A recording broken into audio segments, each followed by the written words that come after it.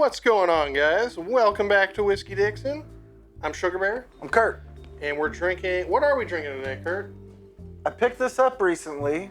Had never seen it before, which is not very common. Because we've tried pretty much everything you can find. We do pretty good. Islay Gold. Islay single malt Scotch whiskey, 10 years. They had a 10-year, I think a 15-year, and a few other ones. It interested me because I like most Islay distilleries, and it was a very good price. No, as far as I'm concerned, there's no bad Islay distillery. They all make great whiskey. Check this out. It's always fun to see anonymous bottlings because there's only, I believe there's like 8 distilleries on Islay right now. So it's kind of fun to try to guess where it came from. Yeah, it doesn't say what distillery it came from. There are like subtle notes that certain distilleries seem to always have. It's kind of fun to try to figure it out. On the nose, I think you'll think it smells more like one distillery than any other. It smells like, see, this could be, there's 3 distilleries I feel like this could be. Man, that's difficult. What do you think it smells like? So, first impression, Ardbeg, actually. I didn't get Ardbeg at all. Like the younger Ardbeg, like a 10. I got way more Lagavulin. I don't smell much Ardbeg in this. See how it is on the palate.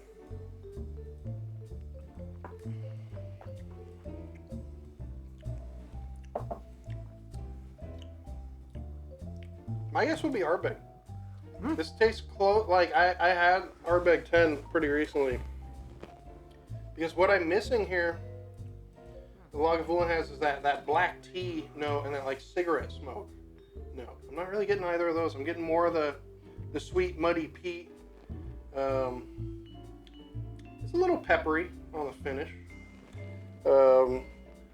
Yeah, it says heavy smoke, salty oysters, and lemongrass on the nose. Lemongrass. Sweetness and mineral notes. I don't know if I get lemongrass. I did more right when I opened the bottle, and I don't as much now. I feel like it changed a little bit after breathing. Yeah, I don't really get any sort of like a citrus thing. There's like a chipotle note to it. At first, I was kind of thinking Lafroig, but it's not creamy enough. Lafroig is very like creamy Band-Aid. Like there's this distinct creamy funk. And it's more a little different. I would say we could rule out Lafroig. I thought it was a lot like Lagavulin, but the more you talk about it, it does seem a little more like Ardbeg. Ardbeg typically comes in so strong, maybe they watered Ardbeg down. That kind of, to me, is what it tastes like. It tastes like a watered down version of the 10 with a little color into it. To make, because the Ardbeg 10 is like the lightest whiskey you can buy as far as what it looks like. It's too light. I mean, I love Ardbeg. It doesn't really look like whiskey. I'm not a huge fan of the 10 after drinking the sherry finished ones, Yeah, no, I mean, it's where you start, and to me, I feel like it's really smooth and really well rounded. Oh yeah, especially for the price. How much does this come in? It's like $27. Yeah, that's crazy. Actually, for the price, this is totally I've done some awesome. side by sides. I'd say it's totally comparable to $50 and $60 Islay whiskeys. I mean, it's pretty good. I have a few friends that are like only buying this now. They're just there's a sweetness to it. It reminded me of Lagavulin sherry finished. A little.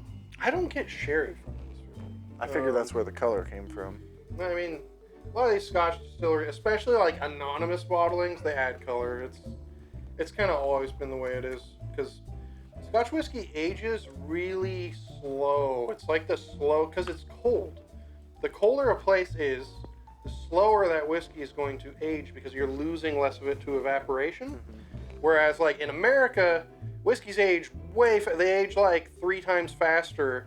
Way faster. They evaporate way faster, which makes them more expensive age statement. While like a 10-year bourbon nowadays, you can spend like $100 on a 10-year bourbon, which is just ridiculous, but it makes sense because they lose so much of it and it matures so much faster. But that's also why they tend to always have a lot of color to them, whereas like we're talking about the Ardbeg 10, it has almost no color. It's clear yellow. Yeah, it does not. it does not look like what you think of whiskey looking like, and so that's why for many years they've always added color to Scotch, because it takes so long to age, and even by then it's like it's not dark enough, so they always are adding color to it. Well, but Ardbeg, and the variation in color, they want it to be consistent when you're mass and that, distributing exactly. it, so you might have to needs add to a little look, more to one batch. They of want it to other. always look the same, and for a long time, people wanted it to look darker, so they would add color. And now you're seeing people turn against that. Like Ardbeg is a good example where they don't add any color to anything.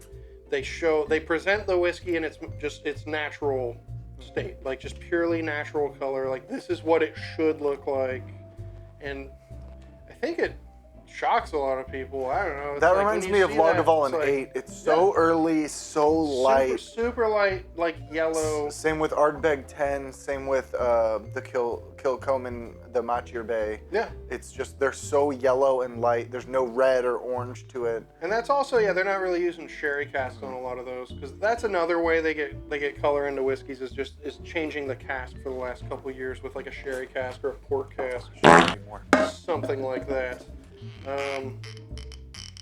Under $30, this is hard to beat. This is really good. I would say this tastes as good as like a $50 or $60 whiskey. So I would revisit this. I would go time buy and time this again. if you see it. Yeah. The other Islay whiskeys that I've seen that are under $40 tend to be really harsh and fumey. Like they tend to be Finlager. It's kind of like got it's that under paint 20 thinner though. rubbing alcohol. Yeah, I like, agree. You can tell it's young. You can tell it hurts. You can tell it's going to give you a hangover. It's a different feeling. Yeah. Than this is like it tastes good. I mean, I'd say this is right up there with something that's 2 or 3 times. No, the I cost, like this a lot, so. actually. This is if I would keep this If you around. had to guess, you would say Lagavulin? I initially, right when I opened it, I would have been 100%. To me, I'm torn between. It could be Ardbeg. To me, it's like it could be Ardbeg. Maybe they It mixed could a bunch also of be barrels of Lagavulin. both. That'd be Well, they hilarious. can't, because it can't be called a single malt if they mix it. For it to be a single malt, it had to come from one distillery. It's anonymous. It does not say where it came from. I'm sure if you do some research on the internet, you could probably find like somebody who's like, oh, I figured it out. It's. I'd love to know. Please enlighten me. Yeah, I'm curious. I mean, I know it's got to be one of those two. It's got to be Ardbeg or Lagavulin. It doesn't taste as pungent as Ardbeg. It doesn't have that crazy peat bite. No, but it's a lower proof, and also it's not as complex as what I would expect from Lagavulin. I would say Lagavulin tends to have a bit more leathery, funky notes, and a lot of like that black tea cigarette note, which I love, and that's like exclusive to Lagavulin. I don't really get that here, so that could be because of how young it is, or that could be because it's not Lagavulin, it's an Ardbeg. So tough call. It's one of those two. I guess we'll never It's know. got to be one of those two. Yeah, I don't know. Any Hope other? you enjoyed it. I love this. Love it. Now for the price. Best bargain whiskey I've ever I gotten. mean, it's only 80 proof, but like, I mean, for the price, it doesn't taste thin. It's got a lot of flavor. It's a thick, rich whiskey. It's as good as any Islay 10-year. Really. I can't believe I've never seen this anywhere. Is this exclusive to? I think it's exclusive to Total Wine & More. I think they're the only. That's the only thing that makes sense to I me. think I've they never make seen it it anywhere. for It's them. great. I didn't realize till I started going there more that a lot of distilleries make whiskeys specifically to be sold out of Total Wine. Like it's a way that they just improve their selection and just always have more whiskey than everyone else. It's like we have whiskeys that only we have. Like And they have prices that are better than everyone else. for the most part, it depends. But yeah, well. I don't know. Anything else? Any final notes? I like it. If you It's can good. find it, get it. Very good. Just classic Islay, seaweed, peat.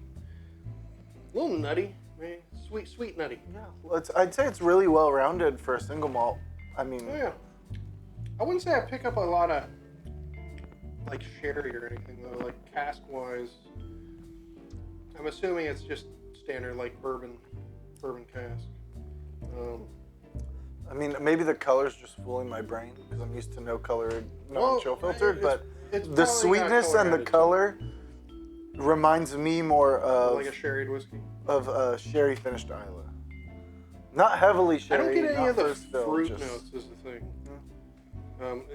Like there's a difference between like the sweet notes and the fruit notes that you get from sherry. Because sweetness, in general, can come from actually how young it is. A young whiskey will be kind of sweet. But it's not fumy and harsh like that. No. And it's 10 years. We know for a fact everything in the bottle is 10 years or older. Yeah, it's fun to buy these anonymous bottlings and just try to guess what the hell they are, basically, because, yeah, we have no idea who actually made this, where this came from, anything like that, but it's so cheap and so good for how cheap it is that it's you gotta buy stuff like that. You gotta buy these anonymous bottlings because they're like, it's like a deal, you know, it's such a good bargain every time that... I bought a few other ones in that price range that weren't as impressive. This one, I will get it again. Yeah, this sure. this tastes better than it costs, and that's at the end of the day, it's one of the that makes a good whiskey to me. I'm always like, if it tastes better than it costs, I will buy this again and again. And yeah, I would totally buy this. This is awesome. Kurt, you need a little more. Oh shit! Keep running out. More in the glass, bro. I know it's hard. It's hard not to drink this one. I'll take a little sploosh as well. Can't stop. My good man, thank you. All right, well, I guess that about wraps this one up. If you enjoyed this, check us out on Instagram, subscribe to the channel, give us a thumbs up, leave some comments, let us know. Let us know if there's other, I mean, I know there's a lot of other like Islay Gold releases, so I'm sure down the line we're going to start reviewing more of those just because you can't beat them for the price. Like, they're all pretty cheap, and they're all, so far, have been really good. So yeah, Sugarbear, Curt. we are Whiskey Dixon. Till next time, cheers, sláinte, and keep on drinking.